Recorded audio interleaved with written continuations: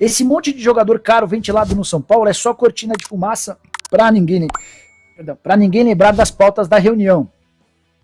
Faz um bolão para ver quando o Rogério e o Muricy vão pedir o boné, antes ou depois do Paulista. Bons pontos, Beto. Hoje surgiu o nome do Pedro no São Paulo. O Gé trouxe a informação de que eles tiveram acesso a uma lista com 36 nomes e que o nome do Pedro encabeçaria a lista. Eu não duvido que encabece. Mas é o tipo da notícia que não faz nenhum sentido. O São Paulo hoje vive uma realidade financeira desesperadora. E o Pedro foi comprado pelo Flamengo por 14 milhões de euros, que equivaliam na época a 87 milhões de reais. O Flamengo fez essa compra em 6 parcelas, são 2 parcelas por ano. O Flamengo pagou as 2 primeiras, restam 4. A informação é de que o São Paulo tentaria contratar o Pedro por 7 milhões de euros. Contei para vocês recentemente que se a Leila Pereira aparecesse com 18 milhões de euros para tirar o Pedro do Flamengo para levar para o Palmeiras, o Flamengo diria não. Qual a lógica de não vender por 18 e vender o Pedro para o São Paulo por 7? Nenhuma lógica.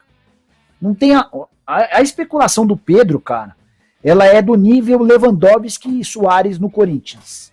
Para mim são os 3 maiores absurdos dessa janela de transferência. Eu vou até fazer um rankingzinho, eu vou guardar esses nomes aqui, ó.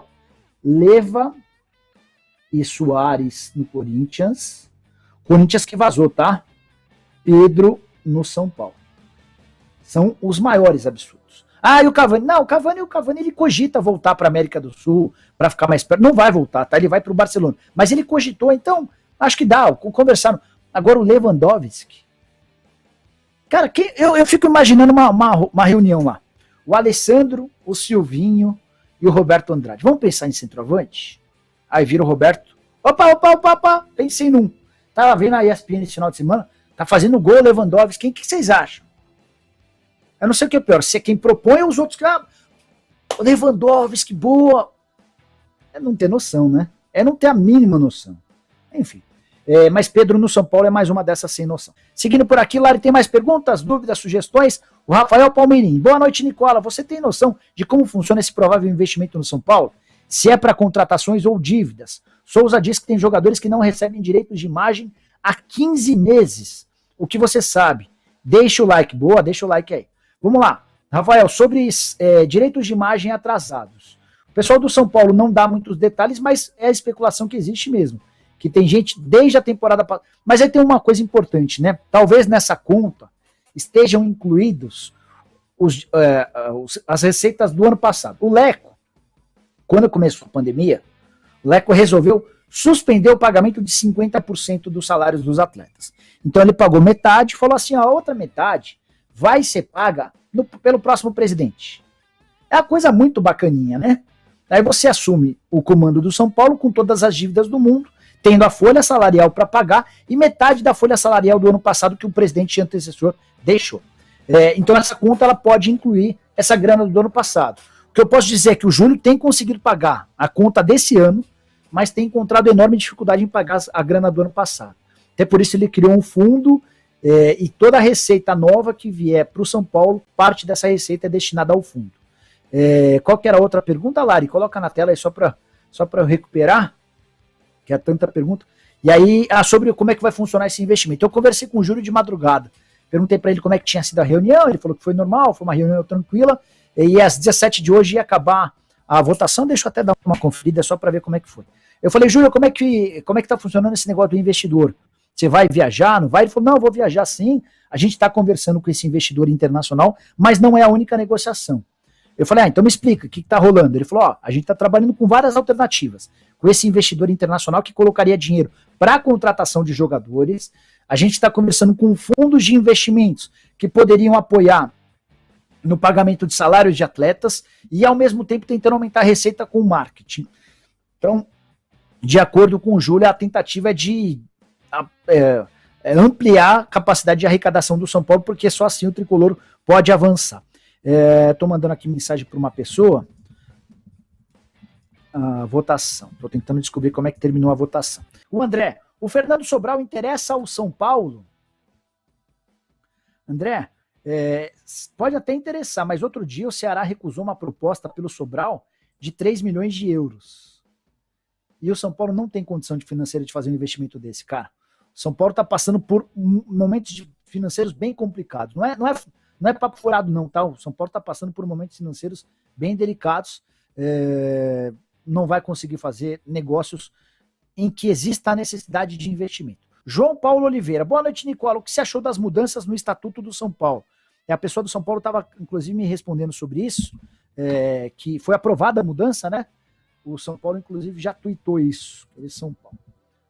Estou abrindo aqui o Twitter do São Paulo.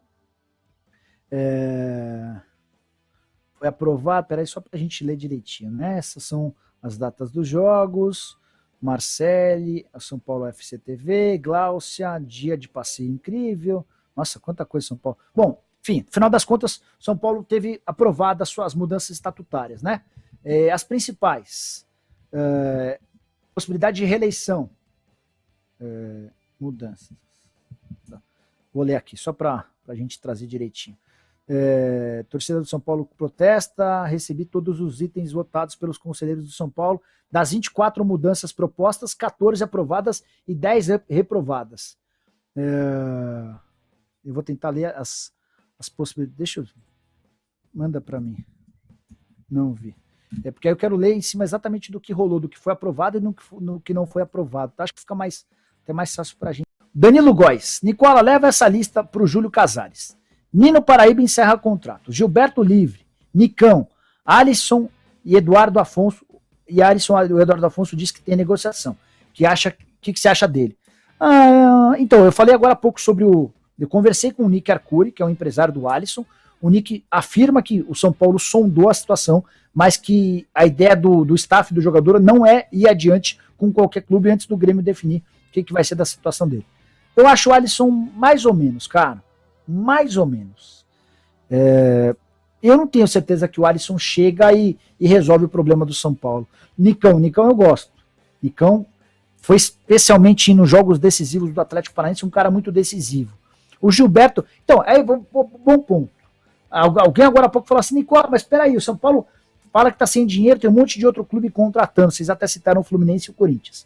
O Nicão e o Gilberto são jogadores livres do mercado. Você não precisa comprar os direitos econômicos deles. São jogadores bem interessantes. Você prefere ter o Gilberto ou o Éder? Eu prefiro ter o Gilberto. Então é encontrar alternativas para o Éder. Você prefere ter o Vitor Bueno, que ganha 400 mil por mês, ou o Nicão, para ganhar um pouco mais do que isso? Não tem nem comparação, né?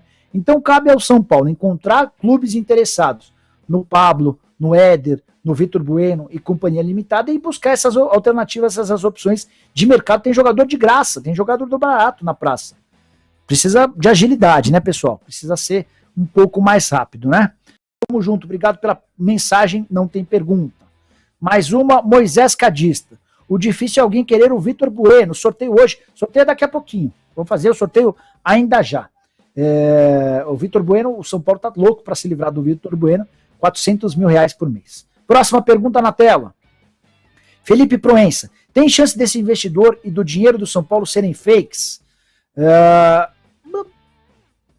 Eu acho que como o Muricy e o Rogério decidiram ficar no São Paulo, eu acho que não é fake, tá? Porque o Muricy e o Rogério estavam dispostos a ir embora e eles acabaram ficando também baseados nessa promessa. Está me parecendo tudo uma cortina de fumaça. O Rogério Ceni vai ficar pé da vida de novo. Se não vier ninguém, você pode ter certeza que ele vai pistolar. Teve até alguém no começo da live que imaginou que ele não vai durar muito tempo no clube.